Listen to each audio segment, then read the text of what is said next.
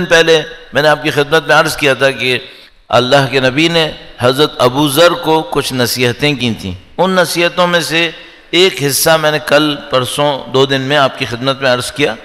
ایک اور نصیحتوں کا ایک بیان ہے جو اللہ کے نبی نے 7 نصیحتیں کی ہیں. 7 نصیحتیں حضرت ابو ذر غفاری کو کی ہیں. وہ ایک علیحدہ کلیکشن ہے. اس میں کچھ چیزیں کامن ہیں اس سے جو پیچھے ہم نے کہی ہیں کل پرسوں کہی ہیں، لیکن یہ 7 نصیحتیں انتہائی جامع ہیں اس اعتبار سے کہ کوئی اس کو لے لے تو اس کے اوپر زندگی بہت اچھی گزر سکتی ہے. ظاہر ہے کہ اللہ کے نبی کی نصیحتیں. میں ان 7 کو بھی آپ کی خدمت میں عرض کرتا ہوں اور انشاءاللہ آپ کوشش یہ کیجئے گا، میں کوشش کروں گا کہ کہیں نہ کہیں یہ ٹیکسٹ بھی آپ کو کہیں مل جائے. تو مثلا جہاں کہیں یوٹیوب پہ جائے یہ وہاں اس کے نیچے اس کا روایت کا متن بھی لکھا ہوا ہو. کوشش کروں گا. آپ کوشش یہ کیجئے گا ان 7 میں سے 1-2 کو جس کو فوراً آپ کا دل جا کے لگے کہ مجھے اس پہ عمل کرنا ہے، وہ آپ یہیں بیٹھے بیٹھے فیصلہ کر لیجئے گا. تو میں 7 نصیحتیں بولوں گا، ایک آدھ نصیحت آپ پکڑ لیجئے گا، کیونکہ مجھے پتا ہے آپ بیٹھے بیٹھے، میرا حفظہ بھی اتنا اچھا نہیں ہے کہ میں نیچے بیٹھا ہوتا تو 7 یاد کر پاتا. 7 آپ یاد نہیں کر پائیں گے. اس 7 میں سے کم 1-2 تو یاد کر لیں گے. ان کو پکڑ لیجئے گا کہ مجھے زندگی میں عمل کرنا ہے اس پر انشاءاللہ. درود بھیجیں محمد و آل محمد. صلی علی عجل فرج. 7 نصیحتیں جو حضرت ابو ذر غفاری کو اللہ کے نبی نے کی. یہ جو کس کتاب میں ہے؟ یہ ارشاد القلوب ایک کتاب ہے، ارشاد القلوب اس کتاب کے اندر ہے، جلد اول میں. آپ کی خدمت میں عرض کر رہا ہوں، عربی بھی تھوڑا سا عرض کروں گا. قول رسول اللہ لابی ذر، اللہ کے نبی پر درود بھیجے گا محمد و آل محمد. صلی علی محمد و آل محمد وعجل فرج. قول عرض کروں گا، تھوڑا سا اس کی تشریح عرض کروں گا تاکہ تھوڑا سا سمجھنے میں آسانی ہو جائے گی. آپ سمجھ جائیں گے لیکن بہرحال. فرمایا یا ابا ذر اقلل من الشہوات یقلل علیک الفقر. فرمایا اپنی خواہشات کو کم کرو تاکہ تمہاری ضرورتیں کم ہو جائیں. فقر کا مطلب ویسے تو غربت ہوتی ہے، اردو میں جس کو ہم لوگ غربت کہتے ہیں، یعنی پاورٹی. انگلش میں کیا کہیں گے؟ انگلش میں کہیں گے کہ مثلا انسان فقیر ہو کسی کام کے لیے، لیکن یہاں مطلب کیا ہے؟ انسان کی ضرورت. آپ کے خیال میں اگر میں اس بات کا عادی ہوں کہ ہمیشہ اے سی میں سوتا ہوں اور ہمیشہ مجھے اے سی مل بھی جاتا ہے، ٹھیک ہے، یہ بہتر ہے کہ یا یہ بہتر ہے کہ میں کچھ ایسا بن جاؤں کہ مجھے اے سی کی ضرورت ہی نہ ہو؟ کون سا بہتر ہے؟ بہر دوسرا والا بہتر ہے. مثلا اگر میں وہ ہوں کہ جس کو ہمیشہ عادت ہے کہ اے سی کے بغیر نہیں سوئے گا، ٹھیک ہے، اور اے سی ہمیشہ اس کو مل بھی جاتا ہے، پھر بھی ایک مشکل رہ گئی. کیا؟ میں محتاج ہوں اس اے سی کا. ٹھیک ہے مجھے مل جاتا ہے ہر دفعہ، لیکن محتاجی تو ہے. چیز نے میری محتاجی دور کر دی ہے، ٹھیک ہے، تو میری محتاجی ایک چیز کے اوپر کنفرم ہو گئی. لیکن اگر میں ایسا ہو جاؤں کہ اس کے بغیر بھی سو سکوں، اب کم سے کم میں محتاج نہیں ہوں. صحیح ہے، ہو گیا، نہیں ہوا. مجھے بتائیں کون سا بہتر ہے؟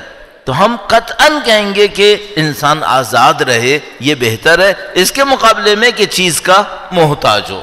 وہ نہیں ہونا چاہیے. صحیح ہے. اب یہ میں نے اے سی کی مثال دی، شاید یہ اے سی کی مثال سولجر بازار میں صحیح نہیں ہوگی.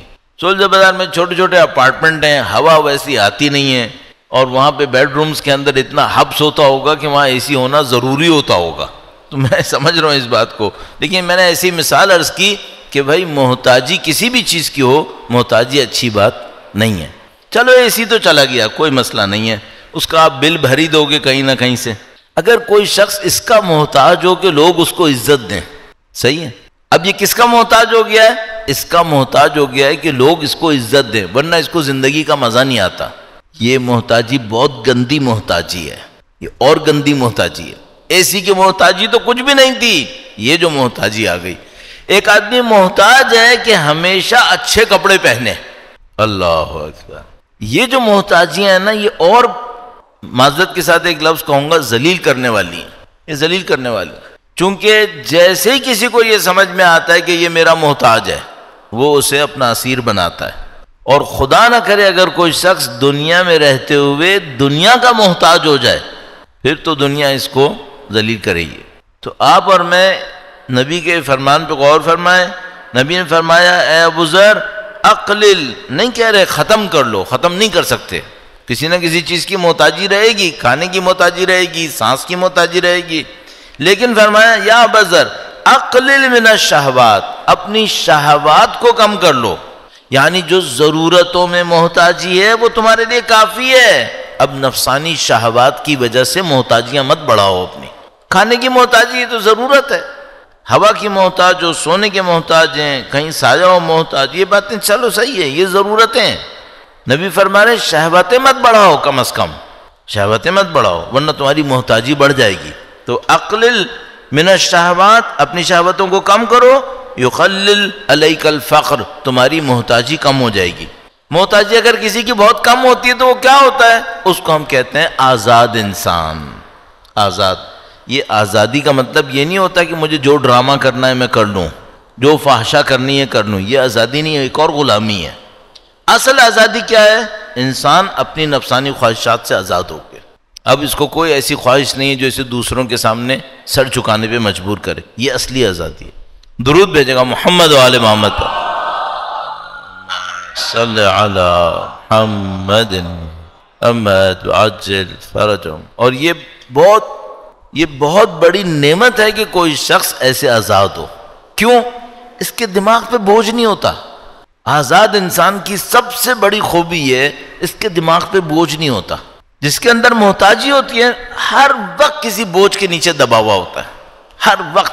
اور خاص کر وہ کچھ لوگوں کو دوسروں کو دکھانے کی محتاجی آ جاتی ہے، دوسرے مجھے یہ کہیں، بس یہ تو بیچارہ گیا، ہر وقت سوچتا رہے گا دوسرے میرے بارے میں کیا سوچ رہے ہیں۔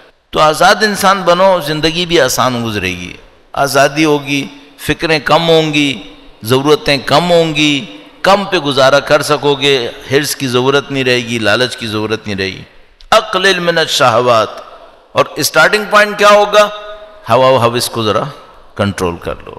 ایسے ہی میں کہہ رہا ہوں، ضروری نہیں ہے ہر وقت ٹھنڈا پانی پیو، ایک آدھ دفعہ ٹھنڈا مت پیو، برا تو لگے گا کہ بھائی مجھے گرم پانی پینا پڑ گیا، لیکن ایک آدھ دفعہ گرم پی لو، کیا جا رہا ہے؟ کوئی نہیں مرے گا گرم پینے سے، ٹھنڈا پینے سے شاید مر جائے، گرم پینے سے کوئی نہیں مرے گا۔ ایک آدھ دفعہ گرم پی لیں، کیا فائدہ ہوگا؟ محتاجی کم ہو جائے گی، تھوڑی محتاجی کم ہو جائے گی۔ کسی نے مجھ سے کہا کہ مولانا میں چائے میں چینی کم نہیں کر پا رہا جبکہ مجھے شوگر بھی ہو رہی ہے، تو میں نے اس سے کہا کہ صرف ایک کام کر لیا کرو، پہلا گھونٹ پھیکی چائے پی لیا کرو۔ کیا وہ تو بہت برا لگے گا؟ میں نے کہا پھر تھوڑی آدھا چمچہ چینی ڈالو گے نا، وہ بھی زیادہ لگے گی، کیونکہ پہلا تم نے پھیکا پی لیا ہے۔ بچوں کو تھوڑا سختی میں ڈال دو، ہر وقت آسانیاں اچھی نہیں ہوتی، کبھی گرم پانی بھی پلاؤ۔ یہ جو پکنکس پہ لے کے جاتے تھے نا پہلے زمانے میں، وہ اس لیے لے کے جاتے تھے تاکہ سختی کی عادی بنے۔ اب یہ پکنک میں بھی جاتے ہیں تو وہاں کسی ولا میں جا کے بیٹھ جاتے ہیں، اس میں بھی اے سی لگے ہوئے ہوتے ہیں، وہ پکنک بھی اثر نہیں کر رہی۔ اب سختی میں ڈالو تھوڑا سا، اقلل من الشہوات، خواہشیں تھوڑی کم کرو، یہ نبی نے فرمایا۔ اس کے بعد فرمایا اقلل من الذنوب یخفف علیک الحساب، اپنے گناہوں کو کم کرو تاکہ حساب تمہارے لیے آسان ہو جائے، گناہوں کو کم کرو، حساب آسان ہو جائے۔ بہت پرانا ایک وہ واقعہ ہے کہ حضرت ابو ذر، میرے خیال میں حضرت ابو ذر کا ہی واقعہ تھا، آپ نے بچپن سے سنا ہوگا، ہم لوگ مختلف جگہوں پہ اس کو دیکھتے تھے بچپن میں بھی، کتابوں وغیرہ کے اندر، کہ مثلا کسی نے کہا کہ قیامت کے دن حساب کرنا کیسا ہوگا، تو اس نے کہا کہ ٹھیک ہے ایک پتھر گرم کر لیتے ہیں، ایک پتھر پہ گرم کرتے ہیں، اور ہر آدمی اس پتھر پہ جا کے بتائے کہ میں نے 24 گھنٹے میں کیا کمایا، کہاں خرچ کیا۔ تو اب جس کے پاس زیادہ تھا وہ ابھی جاتا تھا پتھر پہ کھڑا ہوتا تھا کہ بولے کیا کمایا، اسی میں پاؤں جلنے لگتے تھے۔ اور مثلا حضرت ابو ذر کے پاس کچھ نہیں تھا، وہ گئے، انہوں نے کہا میں نے ایک سکہ کمایا، وہ اللہ کی راہ میں دے دیا، واپس آ گئے، معاملہ ختم ہوا۔ حساب آسان ہے، زیادہ کہانی ہوگی مشکل ہوگی حساب میں۔ اور ایک اور بات عرض کرتا چلوں، اس میں حساب سے پہلے ایک اور مسئلہ ہے، وہ جو لوگ بہت کچھ چھوڑ کے جاتے ہیں اور بعد میں ان کی اولادیں اس کے اوپر 30-30 سال تک لڑتی ہیں، یہ کبھی سوچا تھا کہ یہ بھی ہوگا؟ پاکستان سے باہر بڑے بڑے عجیب و غریب تجربے ہوتے ہیں. پاکستان بھی کم نہیں ہے سیکھنے کے لیے، لیکن باہر ذرا موقع ہوتا ہے سیکھنے کا اور زیادہ. تو میں ایک فیملی سے ملا جس میں کوئی بھی 50 سال سے کم نہیں تھا، سب 50 سال سے اوپر، یعنی اب بڑھاپے میں داخل ہو رہے ہیں آہستہ آہستہ دیے. اور باپ کا انتقال ہوا تھا پتہ نہیں کوئی 25-27 سال پہلے، صحیح ہے. اس کی کوئی جائیداد بچی ہے، اس کے اوپر یہ بچے جن کی سب کی عمریں 50-60 سال کے قریب ہیں 30 سال سے لڑ رہے ہیں. حد ہو گئی ہے پاگلوں. عجیب بات یہ ہے کہ بچوں میں سے کسی نے بھی شادی نہیں کی ہوئی، ان کا کوئی بچہ نہیں ہے. جب میں نے ایک کیس سنا تو میں نے ان سے کہا یہ بتاؤ تم لڑ کس کے لیے رہے ہو؟ خود تو کچھ دنوں میں مرنے والے ہو، یہ جائیداد پہ لڑ کس کے لیے رہے ہو؟ اولاد ہوتی تو چلو بات تھی کہ مثلا ہماری زندگی گزر گئے ہم بچوں کے لیے لڑ رہے ہیں، کچھ ہے ہی نہیں، اب کیا لڑ رہے ہو؟ لیکن لڑ رہے ہیں. تو یہ بہت کچھ ہونا بہت اچھا نہیں ہوتا، بعض اوقات بڑے مسائل ہوتے ہیں. اب وہ اس میں غلطی کہیں نہ کہیں کمائی میں ہوتی ہے تو پھر یہ مصیبت لے آتی ہے، اپنے لیے بھی عذاب، اوپر نیچے بھی مشکل چھوڑ کے چلے گئے. اس وقت بڑا اچھا لگتا ہے کہ آ رہا ہے، لیکن بعد میں جب یہ مصیبت آتی ہے اللہ کے سامنے تو حساب دینا پڑے گا. فرمایا اقلل من الذنوب، گناہوں کو کم کرو تاکہ حساب آسان. وَأَقْنِعْ بِمَا أُوتِيتَهُ يَسْهُلْ عَلَيْكَ الْمَوْتِ، جو اللہ نے تمہیں دیا ہے اس پہ قانع ہو جاؤ، موت آسان ہو جائے گی. یہ جو انسان اس کے مقابلے میں کیا ہے، قانع ہونے کے مقابلے میں کیا ہوتا ہے؟ حریص انسان.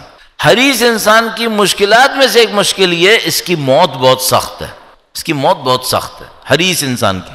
مثال عرض کرتا ہوں آپ کی خدمت میں، درود بھیجے گا محمد و آل محمد.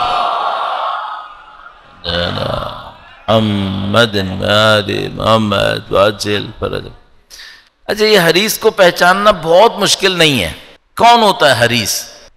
آج 10 اس کے ہاتھ میں، خواہش ہوگی کاش 50 ہوتے، کل 50 آ جائیں گے، خواہش ہوگی کاش 500 ہوتے، پھر 500 بھی آ جائے گا، چین نہیں آئے گا، اسے خواہش بڑھتی چلی جائے گی.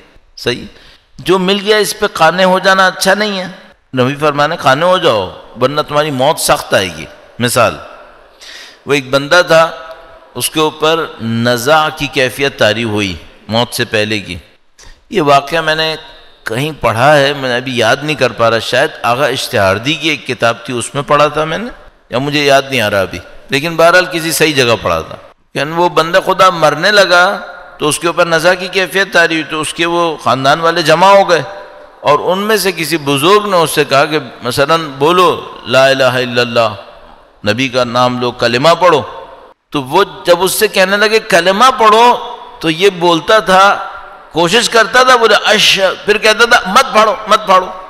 جو اطراف میں دیکھیں اس کو کیا ہو گیا باولے کو، بجائے یہ کہ کلمہ پڑھے شروع کرتا ہے اشہدو، پھر کہتا ہے مت پڑھو. تو انہوں نے کہا یہ پتہ نہیں اس کے ساتھ کیا ہو رہا ہے.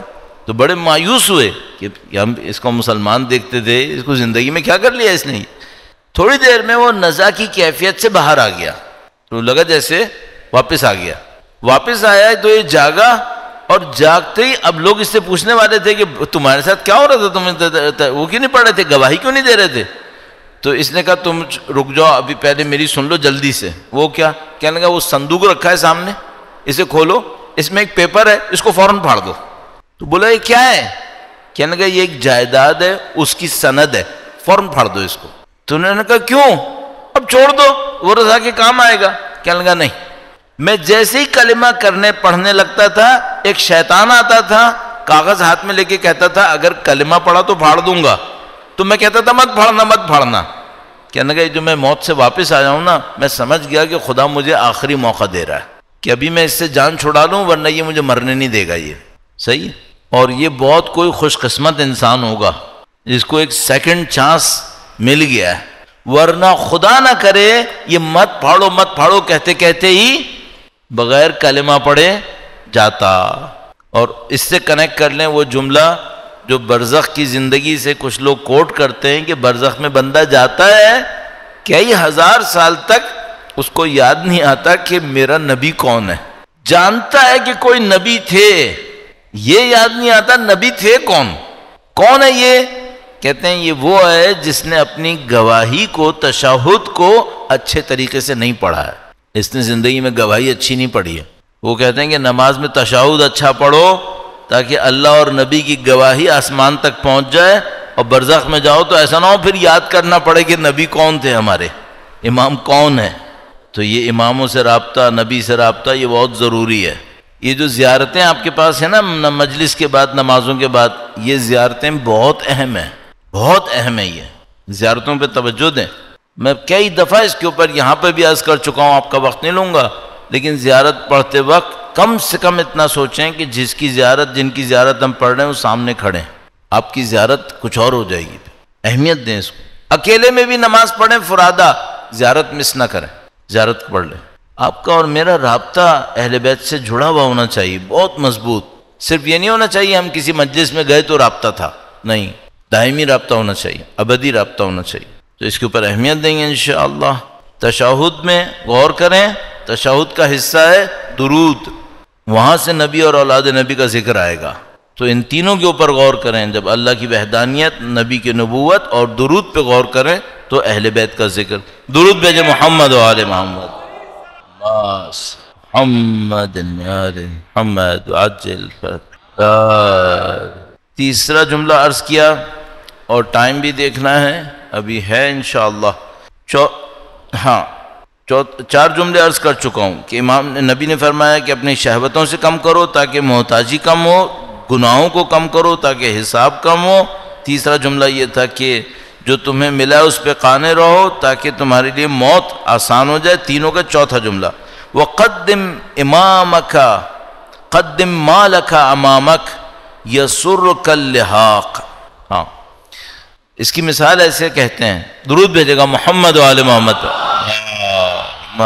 صلی علی محمد و آل محمد۔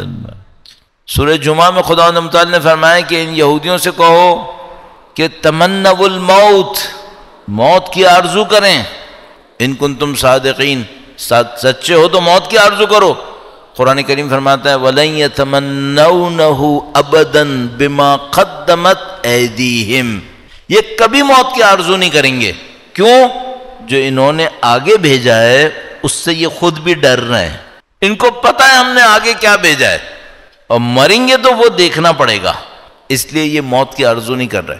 اب آپ تصور کرو، اگر آپ کو خواب میں، سچائی میں، نہیں معلوم کسی ولی وسیع کے ذریعے سے یہ پتہ چل جائے کہ اگر آپ مرے تو مثلا تاج محل جیسا ایک محل آپ کا انتظار کر رہا ہے، صحیح ہے، اور ابھی آپ رہ رہے ہیں سوجو بازار کے ایک اپارٹمنٹ میں، تو مرنا پسند کریں گے یا نہیں کریں گے؟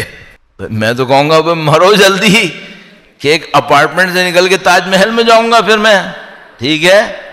نبی فرما رہے ہیں ابو ذر مال اپنا آگے بھیج دو تاکہ مرنے کے بعد تمہیں مل کر خوشی ملے۔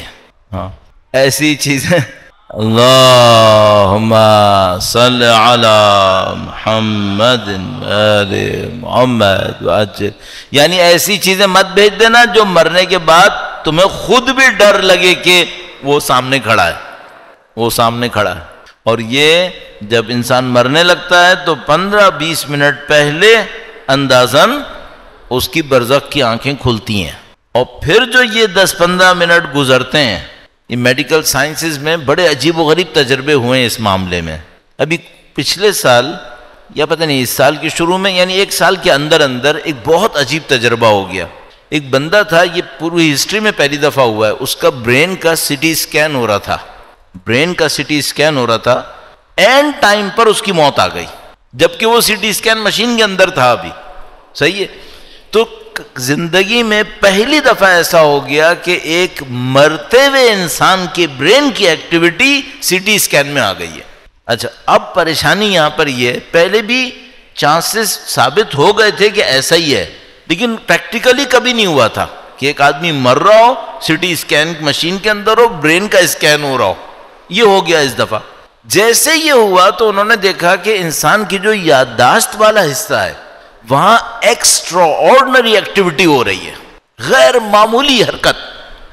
تو انہوں نے یہ اندازہ لگایا کہ یہ مرنے سے پہلے اس کی ساری زندگی دوہرا رہا ہے اس کے سامنے، مرنے سے پہلے ساری زندگی دوہرا رہی ہے. ایک بات. دوسری بات انہوں نے یہ اندازہ لگائی کہ اس کا جو ٹائم گزرنے کا کی سپیڈ ہے یہ بہت سلو ہے. یعنی ہمارے لیے 10 منٹ گزرے ہیں، شاید اس کے 5-10 سال گزر گئے. اب اس کا مطلب کیا ہے؟ اس کی زندگی اس کی آنکھوں کے سامنے دہرائی جا رہی ہے اور وہ اتنا ہی ٹائم لگے رہا ہے اس کو جتنا اس نے زندگی میں گزارا ہے. صرف ایک فرق کے ساتھ، جب یہ دنیا میں تھا تو اس کو نہیں پتا تھا کہ اس کام کا نتیجہ کیا نکل رہا ہے. اب پتا ہے، چونکہ اب یہ پیچھے سے میموری بھی دیکھ رہا ہے اور آگے برزخ میں اس کا اثر بھی دیکھ رہا ہے. تو اب اگر اس نے پیچھے کسی آدمی کے اوپر طنز کیا تھا، اس کا دل جلایا تھا، اب وہ بچھو بھی نظر آ رہا ہے جو اس سے بنا ہے. ہاں، یہ مرنے سے پہلے یہ گزارے گا. یہ مرنے سے پہلے جو چند منٹ اتنے سخت ہوتے ہیں نا، یہ جو سکرات الموت کہتے ہیں، اتنے سخت ہیں. اس کی ایک وجہ یہ ہے کہ اس کو پوری زندگی نظر آتی ہے اپنی غلطیوں کے ساتھ، اچھائیوں کے ساتھ، پلس جو برزخ پہ اس کا اثر پڑ رہا ہے وہ بھی ابھی نظر آ رہا ہے. اس سے اس کی جان جاری ہوتی ہے کہ میں نے کیا کر لیا ہے. کچھ بھی نہیں کر سکتا، واپسی تھوڑی ہے، اب تو جھیلنا ہے. اس لیے جو کرنا ہے پہلے کر لو. تو نبی فرما رہے ہیں کہ ابو ذر اپنے مال کو اپنے سے پہلے آگے بھیج دو، یعنی اللہ کی راہ میں خرچ کر دو، آگے چلا جائے، تاکہ مل کر تمہیں خوشی ہو. مل کے تمہیں خوشی ہو. 2-3 پوائنٹ اور رہ گئے، بہت امپورٹنٹ پوائنٹ ایک اور. وانظر العمل الذي تحب ان ياتيك الموت وانت عليه فاعمله. صحیح ہے. اچھا، آپ سے کوئی پوچھے کہ آپ موت کس حالت میں لینا چاہیں گے، اگر کوئی چوائس پہ دے کہ بھائی آپ کیا کر رہے ہو تو فرشتہ، موت کا فرشتہ آپ کی جان لے، تو آپ کیا کہیں گے؟ تو مثلا کوئی کہے گا مولانا کاش میں قرآن پڑھ رہا ہوں اور فرشتہ موت کا آئے اور میری جان لے لے تو میں قرآن پڑھتے ہوئے مرا. کاش میں نماز پڑھ رہا ہوں، کاش میں زیارت پڑھ رہا ہوں، کاش میں یہ کر رہا ہوں، کاش میں وہ. نبی فرما رہے ہیں ابو ذر اس کام کو فوراً کر لو جس کے لیے تم چاہتے ہو کہ تمہیں اس حالت میں موت آئے. ابھی کر لو، انتظار مت کرو کہ موت آئے، ابھی کر لو. زندہ بچ گئے الحمدللہ، نہیں بچے اسی میں مرے الحمدللہ. اب ہم لوگ کیا کر رہے ہیں؟ ہم لوگ یہ کہہ رہے ہیں میں جب مروں گا نا تو میں اتنی زور سے نعرہ تکبیر لگاؤں گا. بیٹا موت کا انتظار نہیں کرو، ابھی لگا لو، کوئی مسئلہ نہیں ہے. موت کا نہیں پتا.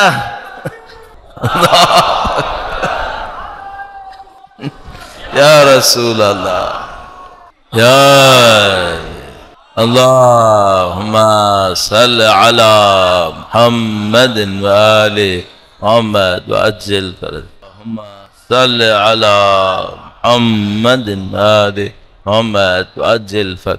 ایک دفعہ ہم حج پہ گئے تو وہاں پہ ہم پتہ نہیں منی سے جا رہے تھے یا منی سے عرفہ جا رہے تھے، پتہ نہیں کیا ہوا، تو بس میں سب لوگ لدے ہوئے تھے، چھت پہ بیٹھے ہوئے تھے کہ وہ احرام وغیرہ کا مسئلہ بھی تھا. اب اس میں تلبیہ کہنا تھا، تو وہ جو قافلے کا گائیڈ تھے وہ پتہ نہیں دوسری بس میں رہ گئے تھے. اب لوگوں کے دلوں میں خواہش تھی کہ تلبیہ کہیں. اب ایک بندے نے کہا اچھا میں اس سفر میں یہ طے کیے بیٹھا تھا کہ میں کچھ نہیں کروں گا، میں صرف اپنے حج کے اوپر توجہ دوں گا اور کچھ نہیں کروں گا. تو میں ہر کام سے اپنے آپ کو گھسیٹتا تھا کہ مثلا دعائے کمیل پڑھنی، میں نے نہیں پڑھنی، کوئی اور پڑھے گا، اس طرح کر رہا تھا. تو اب وہاں پہ ایک آدمی سے کہا تم تلبیہ پڑھاؤ. وہ ریگولر مولانا بھی نہیں تھا بیچارہ، اس نے ایسے تلبیہ پڑھایا کہ لوگوں کو اور بدمزگی آ گئی کہ یہ کیسی پڑھائی اس نے. اب میں بچپن سے ٹی وی کے اوپر آپ کو یاد ہے لائیو آتا تھا حج، تو دیکھتا تھا تلبیہ پڑھنے کا ایک اچھا بڑا انداز ہوتا ہے. خیر میں نے اس طرح کر کے پڑھایا، لوگوں کو بڑا مزہ آیا اور مثلا مجھے خود بھی بہت مزہ آیا. تو اس کے بعد تھوڑی دیر کے بعد کوئی آ کے کہتا مولانا پڑھاؤ تو مزہ آئے گا. تو میں ایک بات سوچتا تھا کہ یہ جو ہم لوگ کہہ رہے ہیں لبیک اللہم لبیک، انتظار کر رہے ہیں حج پہ جاؤں گا تو کہوں گا لبیک اللہم لبیک، ابھی کیوں نہیں کہتے؟ ابھی کرو، ابھی زندگی میں وہ کام کرو جو لبیک اللہم لبیک بن جائے. تو اس وقت کا انتظار کروں گا، احرام باندھوں گا، پھر میں بس کی چھت پہ چڑھ کے لبیک اللہم لبیک. او بھائی اتنی دیر کی ضرورت نہیں ہے، ابھی نماز آئے گی، تم لبیک اللہم لبیک کہہ کے نماز پڑھ لینا. یہ بھی تو لبیک ہی ہے نا. جب وہ کہنے حی علی خیر العمل، حی علی خیر العمل، تو اب کیا چاہیے؟ ایک لبیک چاہیے. آ گیا خدا. تو اچھے کام، نبی فرما رہے ہیں ابو ذر تم چاہتے ہو کہ کام کر رہا ہوں، اس کام میں کرتے ہوئے موت آئے، وہ کام ابھی کرو، بات کے لیے نہیں رکھو، ابھی کرو اس کو، صحیح۔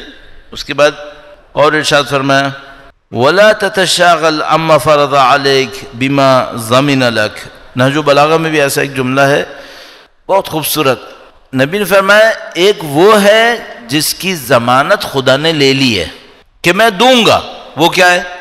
رزق، زندگی گزارنے کے وسیلے خدا نے ضمانت دی ہے، میں دوں گا۔ نحن نرزقک، ہم تم سے رزق نہیں مانگتے، ہم تمہیں رزق دیں گے، یہ خدا نے کہا۔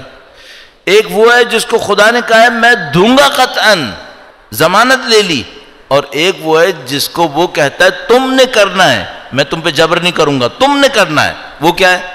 واجبات، فرائض، دین۔ نبی فرما رہے ہیں اس کام میں مشغول ہو کر جس کی اللہ نے ضمانت لے لی ہے اس کو مت چھوڑنا جو تم پہ واجب ہے۔ مثال کیا ہے؟ مولانا میری جاب ایسی ہے میں صبح کی نماز پڑھ ہی نہیں سکتا، صحیح ہے، یہ جاب اور پیسہ رزق نہیں تھا، اس کی ضمانت اللہ نے لی تھی، اور نماز واجب تھی جس کا عمل میرے اوپر واجب تھا، اور میں کہہ رہا ہوں وہ جس کی ضمانت خدا نے لی ہے، نعوذ باللہ مجھے اس کی دیوی ضمانت پہ بھروسہ نہیں ہے، تو میں اس کو بچانے کے لیے وہ چھوڑ رہا ہوں جس کا خدا نے مجھ پہ واجب کیا ہوا ہے۔ یہ کہاں کا انصاف ہے؟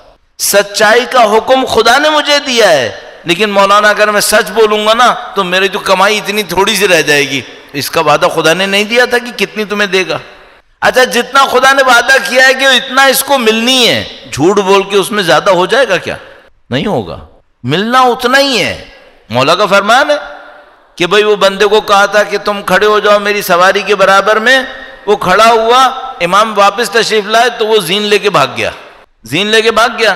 پھر امام کے غلام گویا قمبر تشریف لائے، ان کو 2 درہم دیے، کہا 2 درہم لو، جا کے بازار سے کوئی زین لے کر آؤ، تو وہ زین لے کر آئے، دیکھا وہی زین تھی جو لے کے وہ چور بھاگا تھا۔ پوچھا وہ بندہ جس نے زین بیچی ہے وہ کیسا تھا؟ کہا ایسا تھا۔ کہنے لگا یہ تو وہی بندہ تھا جس کو میں نے یہاں کھڑا کیا تھا۔ تو امام نے کہا میں نے سوچا تھا کہ جب میں واپس آؤں گا تو اس کو انعام میں 2 درہم دوں گا، میں نے حلال سے دینا تھا، اس بدبخت نے چوری کر کے حرام سے کما لیا۔ رزق جھوٹ بول کے بھی نہیں بڑھے گا، ملے گا اتنا جتنا نصیب میں تھا، اب حرام سے ہوگا، تو تم حلال کا انتظار کر لو۔ اور اس کی ضمانت تو خدا نے لی بھی ہے، اس پہ کیوں اتنے مر رہے ہو جس کی ضمانت خدا نے لی بھی ہے؟ یہ نبی نے فرمایا وَلَا تَتَشَاغِلْ عَمَّا فَرَضَ عَلَيْكَ بِمَا ضَمِنَ لَكَ، جس کی ضمانت اللہ نے لی ہے اس کی وجہ سے مشغول ہو کر اس کو نہ چھوڑ دینا جس کا تم پہ فرض کیا ہے۔ اس کے بعد آخری اس سلسلے میں فرمایا وَاسْأَ لِمِلْكِكَ لَا زَوَالَ لَهُ فِي مَنزَلٍ لَا انتقال عَنْهُ، فرمایا کہ اس جگہ کے لیے تلاش کرو، کوشش کرو جو ہمیشہ کی ہے، اس جگہ پر اپنی ملکیت بڑھانے کی کوشش کرو جو جہاں پہ ہمیشہ رہنا ہے، اور پھر وہاں سے کہیں جانا بھی نہیں ہے۔ میں یہاں پہ اپنی جائیدادیں بڑھا رہا ہوں، صحیح ہے، یہاں ہمیشہ رہنا ہے۔ کیا دنیا کا کوئی پاگل ہے جو یہ کہے کہ ہم نے یہاں ہمیشہ رہنا ہے؟ بڑے بڑے احمق آپ کو ملے ہوں گے، لیکن اتنا احمق کوئی نہیں ملا ہوگا جو یہ کہے کہ میں یہاں ہمیشہ رہوں گا، صحیح ہے۔ تو میں ہمیشہ کہتا ہوں کہ ہر حقیقت کا ایک کافر ہوتا ہے، منکر ہوتا ہے۔ ایک حقیقت ہے جس کا کوئی کافر نہیں ہوتا، منکر نہیں ہوتا، وہ حقیقت ہے موت، کہ ہم نے نہیں رہنا ہے، صحیح ہے۔ لیکن یہاں پر کوشش ایسے کر رہے ہیں جیسے ہمیشہ یہیں رہنا ہے۔ نبی فرما رہے ہیں وہاں ملک مت بڑھاؤ جہاں نہیں رہنا ہے، وہاں ملک بڑھاؤ جہاں پہ رہنا ہے، وہاں ملک بڑھاؤ۔ یہ 7 نصیحتیں آپ کی خدمت میں عرض کی ہیں، اس کا ٹیکسٹ میں کہیں پر محفوظ کرنے کی کوشش کروں گا۔ ارشاد القلوب کتاب جلد اول کے اندر آپ ڈھونڈیں گے تو آپ کو مل بھی سکتا ہے۔